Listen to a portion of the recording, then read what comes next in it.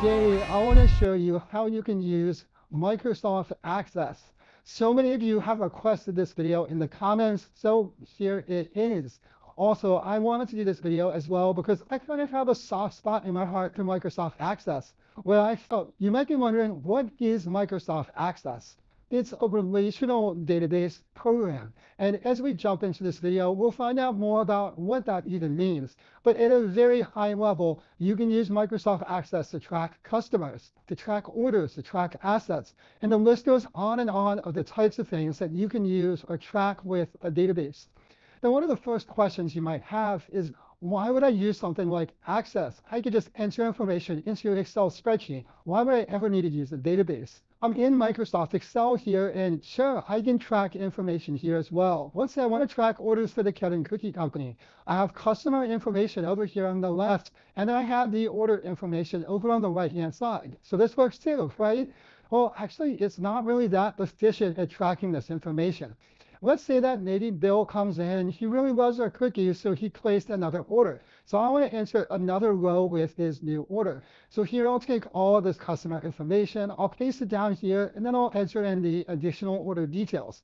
Now, this is what's referred to as a flat file. There are no relationships between this data, and it's really inefficient. So here you'll see now that I've had to copy Bill's data from up here, and I've had to paste it in again. So right now I'm carrying his data twice. With the database, you don't have to do this. We could set up different tables for the customer information and a different table for the order information.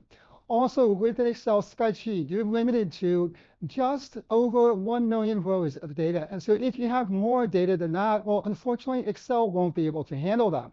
Also, if I go back to all the order information here, if I want to extract interesting insights from this data, maybe I want to write a query, and I can do a little bit of that with Excel. I could filter the different columns, I could insert a pivot table, I could try to manipulate the data to get an interesting view, but sometimes you just need to be able to write a query and then to pull together a report. And unfortunately, that's not that easy with Excel, so that's where databases wait out. All in all, Access is a fantastic tool for individuals or for small businesses that need to track things.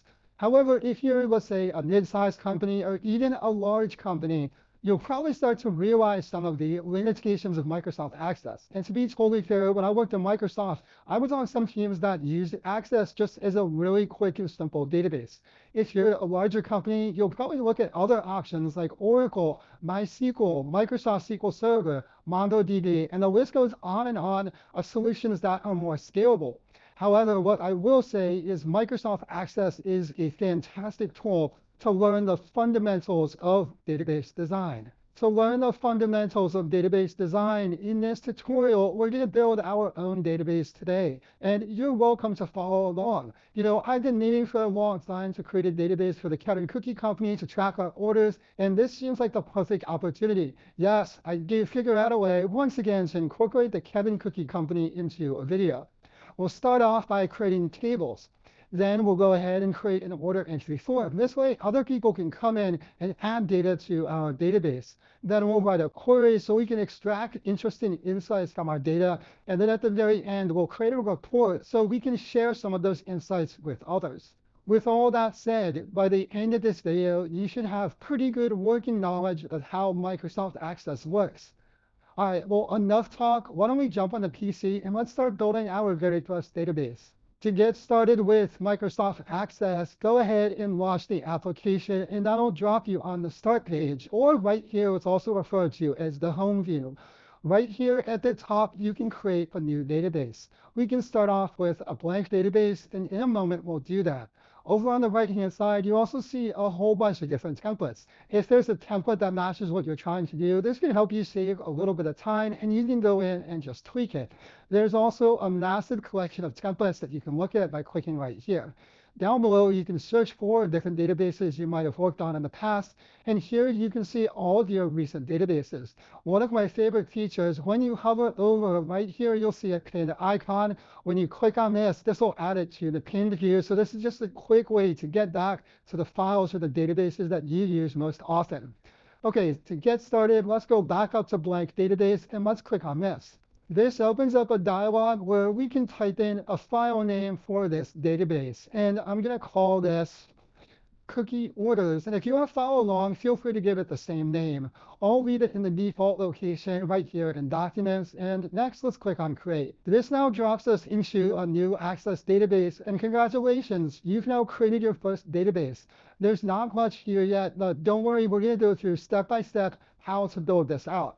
And before we jump in, I do want to orient you to the experience and just talk about some very, very basic database terminology.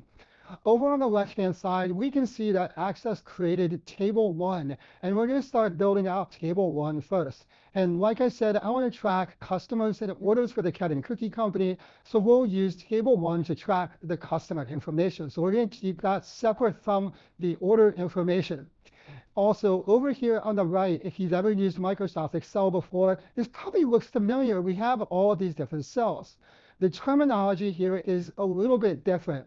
In Excel, we refer to these as columns, and we refer to these as rows. In Access, it's a little bit different. We refer to a column as a field, and then a row is referred to as a record. So we're going to be adding records to our database. Let's get started now by adding some fields to this table. Now up here, the first field is referred to as ID. And once again, I want to use this table to track all of our customer information. ID on its own isn't that descriptive. I want to update it to be customer ID. To update the name, you can simply double click on the field, and then here I can type in my own value. I'll type in customer ID. And that looks good now. Once I'm done typing that in, hit the Tab key, and that'll bring you over to the next field. And here, first off, you need to choose the data type. The data type defines what type of data you're going to insert in.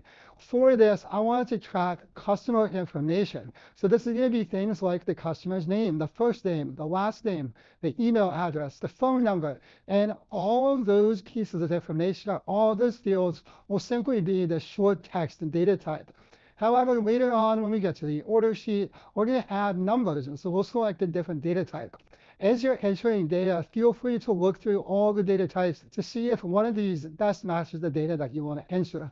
For the first field, I want this to be the first name, so I'll select short text. Now, it's called short text, but it allows up to 255 characters, which is actually a pretty good length. So it'll capture all the different fields that we want to insert into this table. If you want long text, that allows it to go much, much longer, but once again, short text should be sufficient. I'll select this. Once I select that data type, now I can type in the name for the field. I'm going to call this first name. Once I finish typing that in, I'll hit Tab, and here I can select the data type for my next column. And for this one, this is going to be the last name. And I'll go through and add all of the different fields for the customer tracking table. I've now added all the different fields to this table, and if you're following along, feel free to pause this video and you can then enter in all of these different fields. The data type for all of these is short text. At the very end, I want to add one additional field, and this one's going to be notes. So let's say maybe a salesperson for the cat and cookie company comes in, they add a customer, and maybe you want to include things like the customer's kids' names. There's nothing like remembering the customer kids' names to close a deal. Or maybe you want to include other information like the customer's birthday, all that type of stuff. And this might be a little bit longer than short text. So here I'll click over here, and instead of going with short text, I'll go with the long text. And for this field, I'll call it notes. This should now include all the different fields that we want to include as part of this customer table. Now that we've entered in all the different fields, I want to show you how you can go back and make edits to these. So let's say you enter something in, but maybe you screwed something up or you want to change the text. Right here, I can click on one of these field headers, and you can very quickly update the text. Also, when I click on one of these field headers, right up here, that opens up the fields within. And right here, I can always go back and modify the data type. So just because you choose a data type doesn't mean you're locked in on it. Right down below, I can also adjust the width of these different fields. And here, if I right click on one of these field headers, it opens up a context menu where I can do all sorts of things. For example, I can hide fields. I can also unhide fields. Here you can freeze fields. If you've ever done that in Excel before, it's the same exact concept. And right down here, I could insert a field. Let's say I want to insert something between email address and phone. I can do that. I could also rename here again, and I could delete fields. So all types of different actions I can take to make sure that the table has the structure that I want it to have. Now that we've gone through and we've created all of our different fields, I want to show you a quick way where you can look at your fields and also modify the different data types. Down here at the bottom right-hand corner, you can enter what's called the design view. And when I click on that, first I have to name my table. Right now it's table 1, but I want it to be more descriptive. Once again, this is tracking customer information, so I'll call this table customers. Once you finish typing in the name, click on OK. This now draws me into the design view, and here again, I can see all the different field names. You can also add field names here. This is a pretty quick way to add additional fields. Also, over on the right-hand side, here you can quickly verify what the data type is for each one of your fields. And here too, you can click on it and you can change the data type very easily. Over on the right-hand side, let's say maybe your field name's not really that descriptive. You can also add a description with some additional details. Let's jump back into the datasheet view. To do that, right down in the bottom right-hand corner again, we can toggle back and forth between these different views. I'll click into the datasheet view. This drops us back into the datasheet view, and we're ready to start adding some records. Right now, we have all the fields in place, and I want to add the first customer. And the first customer is me. I'm probably one of the best customers. Anytime we finish a batch of cookies, I end up eating a lot of them. So right here, I'll go in and fill out my details. Feel free to do the same for yourself. Here, I'll type in my first name. I'll go over, I'll type in my last name. One thing to call out, as I start typing in information here, you'll see that it automatically assigns an ID. So every time you go through and you add a new record, it'll automatically get an ID assigned to it. As a quick note on this ID, this is also what's referred to as the primary key. And what is a primary key? Well, this is a unique identifier. So basically, every single customer record that we add to this table will have its own unique identifier. So no other customer will have the same ID as me. And of course, I'm the #1 customer. I probably eat the most cookies, so it's really fitting that I have the #1. We're also going to use this primary key to connect to other tables later on. And don't worry if that sounds complicated. I'll show you exactly how we go about doing that. In the meantime, let's go through and fill out the details of the first customer. Once you enter in the first customer, hit the Enter key, and that'll bring you down to the next record. And now you can go through and add some additional customers. Now, just for purposes of this demonstration, I want to go through and maybe add about 4 or 5 different customers, just so we have some examples in the data. Feel free to do the same and make up some customer information. I've now entered in a whole bunch of sample customer information. If you don't want to type in customer information, but you still want to follow along, I've included a link to this database in the description. This will allow you to access this database. We've now finished all the customer information, and I now want to add one more table with all the order information. To add another table, let's go back up to the top right and let's click on Create. Right over here, we can create a new table. I'll click on the one that says Table. This drops us into a new table, and just like before, we need to build this out. Right up here, the first field is called ID, and I want this to be more descriptive. I'll double click on this, just like we did before, and this time I'll call it Order ID. For the next field, I want to tie this back to the customer's table. Once again, this is one of the big benefits of databases. You can relate information, so you can connect one table to another table. So here I'll click on Tab, and for this field, I want it to be a number data type. I'll click on number, and now I can type in a field name. For this one, I'm going to type in customer ID. We're going to connect based on that primary key from the previous table. I want to add a few more fields. For this one, I want to include the order date. And a date is a date and time. I'll select that as the data type. And here I'll type in order date. I'll add another field for cookies ordered. And this is going to be a number data type. Here I'll call it cookies ordered. I'll add another field for the revenue. Here I'll click over here. And this is going to be a currency type. Next, I'll type in revenue. I'll add one more field called order filled. This is basically so our warehouse staff can go in and indicate whether the order has been fulfilled or if it's unfulfilled and they still have to package it and ship it.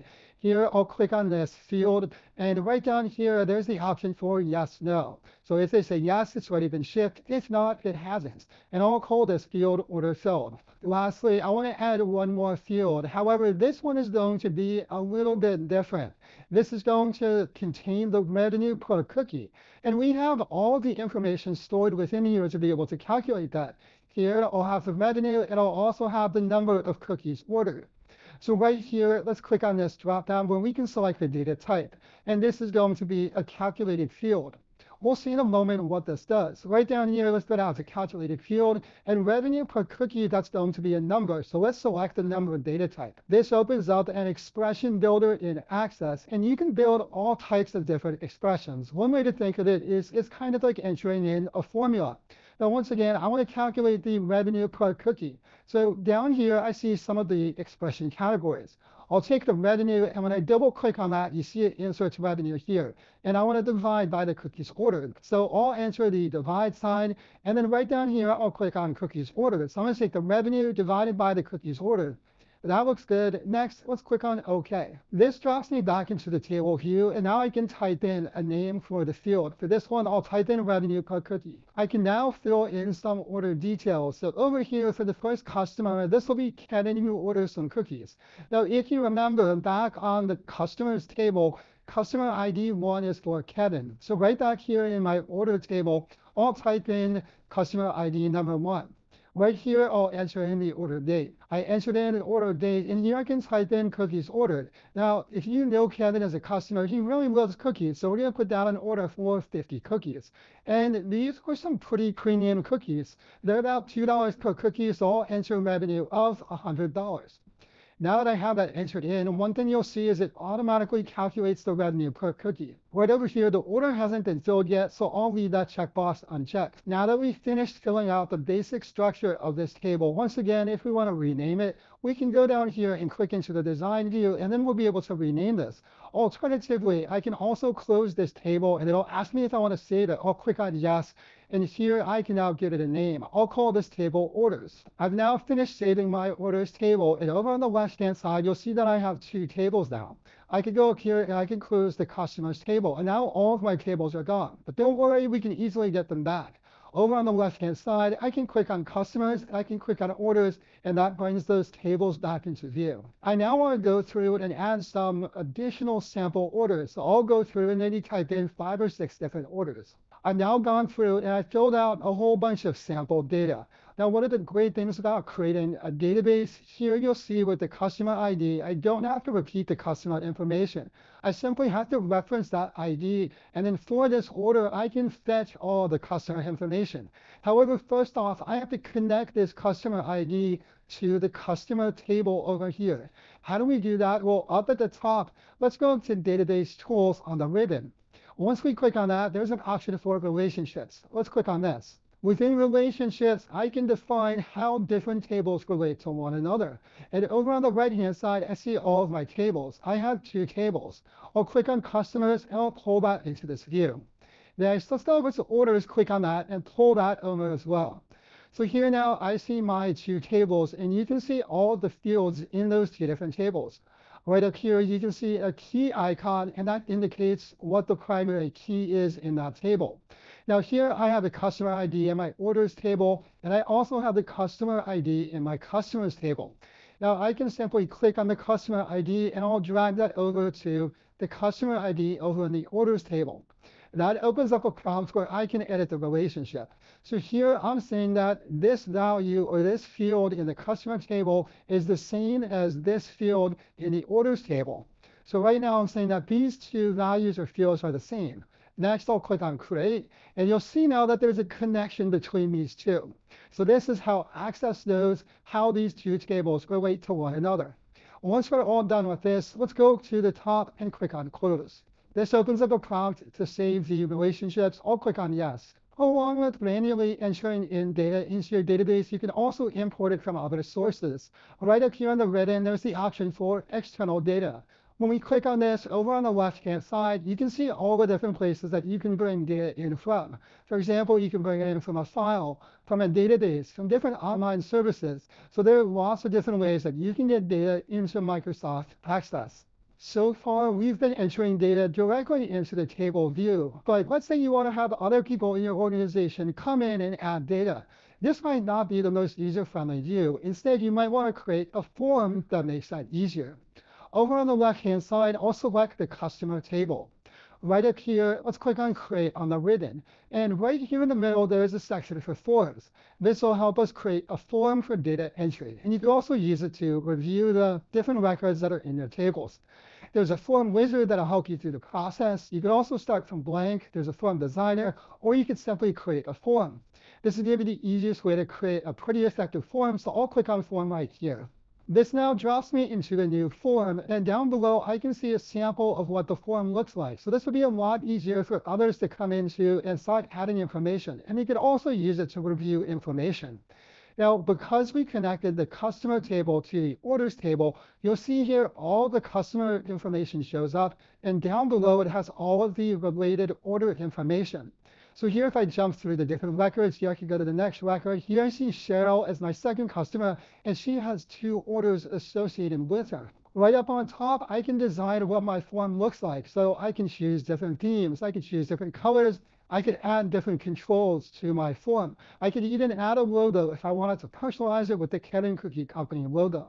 Down in the bottom right-hand corner, just like we could do in the table view, here I can launch the design view. And within the design view, I can modify what this form looks like. Right up here, there's a form header. There are also details, and here I see a footer. I can take these different elements and I can move them around. I could design the form how I want it to look. Over on the left-hand side, right down here, I can also launch the form view. If you're going to have people in your organization going through and filling out forms, this will be likely the view that they see. Here they'll see all the customer information, but they won't be able to modify the form. To add a new customer record, you simply go down to the bottom and you can click on this icon to add a new blank record. When you click on that, you can then go through and you can fill out the form, and right down here, someone can go in and add some additional order IDs. So this makes it really easy to get new data into your database without having to see the tables and all of the details of the database. Once you're all done customizing your form, we can close out this form. Right up here, let's click on the X icon, and I want to save this form, so I'll click on yes, and then you can give it a name. I'll call this order form. Once you're done typing in the name, click on OK. Over on the left-hand side now, you'll see that it added a new category. So we have our tables, and now we have a new form. I can double-click on order form, and this will open up that form again. In the introduction, I mentioned that much of the power of databases comes from being able to run queries. And in a moment, I'll show you how you can run and also write your very own query. To create a query, let's go to the top right and click on Create. Within Create, right here near the middle, there are 2 different options for queries. You can use the query wizard, and there's also something called query design. We're going to use query design. You'd be amazed at how many advanced queries I've written using query design. Let's click into this. This opens up the query designer, and I want to write a pretty basic query that shows me all of the orders that haven't been filled yet. I need to provide this to the warehouse crew so they can send out the orders. Now, right here in the designer, right now we just have a blank slate. How do we start building out a query? And once again, this is just a drag and drop way of building queries, so it's extremely easy. In a moment, I'll show you what the SQL looks like to actually run the query, but we're just going to start out with this GUI, or this graphical user interface first. Over on the right-hand side, you see this pane that's called Add Tables, and we want to query it against the data that's in these tables. So I'll take customers first, and I'll drag it out into this view. Here I'll expand the rectangle just so we can see all the details. Right next to it, I also have orders. Let's click on that, and let's pull that in as well. Here I'll also adjust the size of this rectangle. In an earlier step, we went through and we defined a relationship between this customer ID and this customer ID. So these 2 tables are connected. So I could do things like, for a specific customer, show me all the orders, because these 2 tables are related. Now, once again, I want to show all orders that haven't yet been filled. And for this, I'm going to send it to the warehouse crew. And so they're going to need stuff like, well, what is the customer's name? And what is their address where they should send the order? So over here, I want to pull in some information for this query. I want to show the first name. So I'll double click on first name.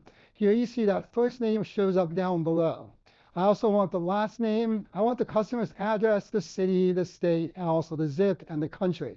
They're going to need all of this information to send cookies to this customer. Now, over on the right-hand side, I have some additional information, and the warehouse crew is going to have to know, well, what was the order date?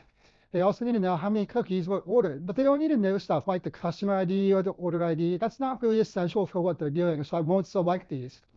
Right down here, there's also the option that says order filled. Let's click on that one. Now, this is all going to run a query, and it'll give me back all of this information. But once again, I only want to show the orders that haven't yet been filled. You'll see down here, it shows the field, it shows the table it's coming from. Here I can sort it. I can also decide whether I want to show it or if I don't want to show it. And right down here, I can define criteria. So this is kind of like, basically it's a filter for one of these fields. Over on the far right-hand side, I see order filled. And for this one, I'm going to enter an equal sign and then type in no. So this means that the order hasn't been filled yet. So right now, I have my query in place. Down in the bottom right-hand corner, I can click on the datasheet view. Let's click on this to see what the results are. When I click into the datasheet view, look at that. That's our first query. So here it returns all the different fields that I selected, and it also only returns all the options where the order hasn't been filled yet. Now, one of the really neat things is here now I'm merging together customer information, so data from the customers table, together with data from the orders table. So it brings it all together in one view. And that's what I can pull off using a query. Now, so far, we just used a graphical user interface to pull off this query, and it's pretty impressive what you can do. But you might want to get your hands dirty and write a SQL query. Down in the bottom right-hand corner, we can see the SQL query that powered this. When I click on SQL, right here, I can see the actual SQL query. So right up here, we're selecting all these different fields. We use a select statement, and then we call out, oh, hey, I want the first name, I want the last name, and we go through and we identify all the different fields that we want. Then next, we're saying where it's coming from. So we're pulling it from the customers table, and then we're going to join that with the orders table. And we're making that connection on the customer ID. And then down below, this is where we have our criteria. So we're saying where order and orders filled equals no. So this is the actual SQL query. So if you want to get your hands dirty, and especially as you want to start running some more advanced queries, you can start experimenting with this. Now, the really neat thing is you can use this designer to pull together some really impressive queries. And then if you want to see how it works behind the scenes, you can click into SQL and you can see what the actual query is. Now that we've finished entering in our query, let's go up here and let's close out this view. And I want to save this query, so I'll click on yes, and we're going to call this unfilled orders. Once you're done typing in the name, click on OK. Over on the left-hand side, you'll see a new category now for queries, and this shows our unfilled orders. So if you want to quickly see all unfilled orders again, you can simply double-click on that, and right now I have a view of all the unfilled orders. Now, the really neat thing is, as you go in and you add, let's say, additional customers and additional orders, if you have any unfilled orders and you run your query, you'll immediately see them on this page. So let's say I have warehouse staff and they always need to know what orders have we not finished yet. They can simply run this query and they'll immediately see all the orders that need their attention.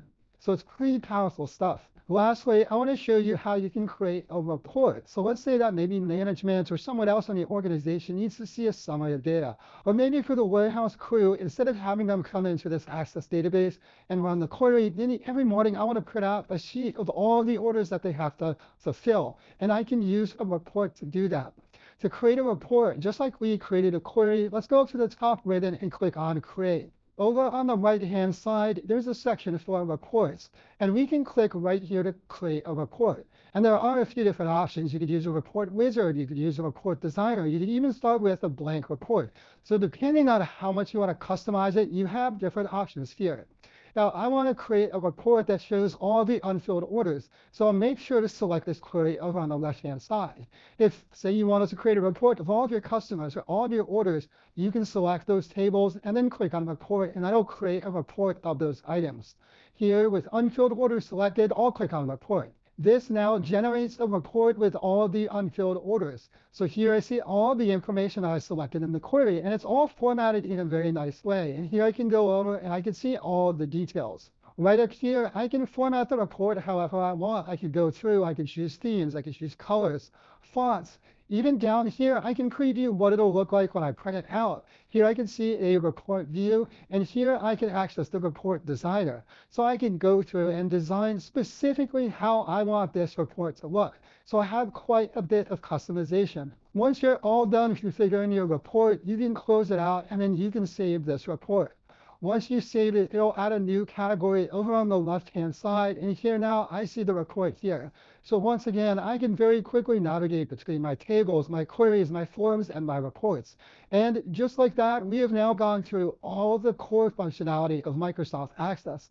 This gives you all the basics to start building out your own databases, to run queries, to create forms, and even to run reports. Of course, there's a lot that you can customize. There's a lot of advanced functionality, but this gives you all of the basics. The last item I want to show you is how you can save your database. To save, up in the top left-hand corner, click on the File menu, and then go down to Save As. And here you can save it as an Access database. And just like that, we've now created our very first database. And